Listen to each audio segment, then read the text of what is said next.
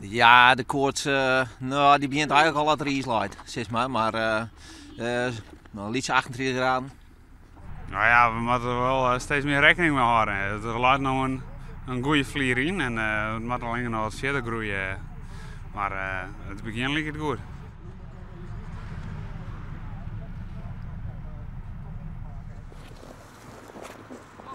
Nee, zodra dat is de, ja, dat is de eerste datum en daarvoor al, zeg ik maar zeggen, ja, daar heb je een planning van maken al. Dat als je dan al in een maatje moet, dan nee.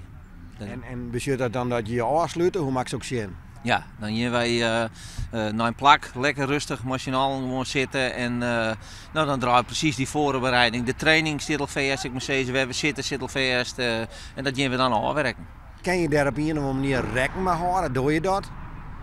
Ja, tuurlijk. Dat is toch de 80 wordt er net van niks neemt. En ja, als je komt dan moeten we er 100% klaar voor wezen. En de wedstrijden die komende weken binnen, dat binnen mooie opbouwende trainingen ervoor. Hoe wordt Horst er nou op dit moment rekening mee?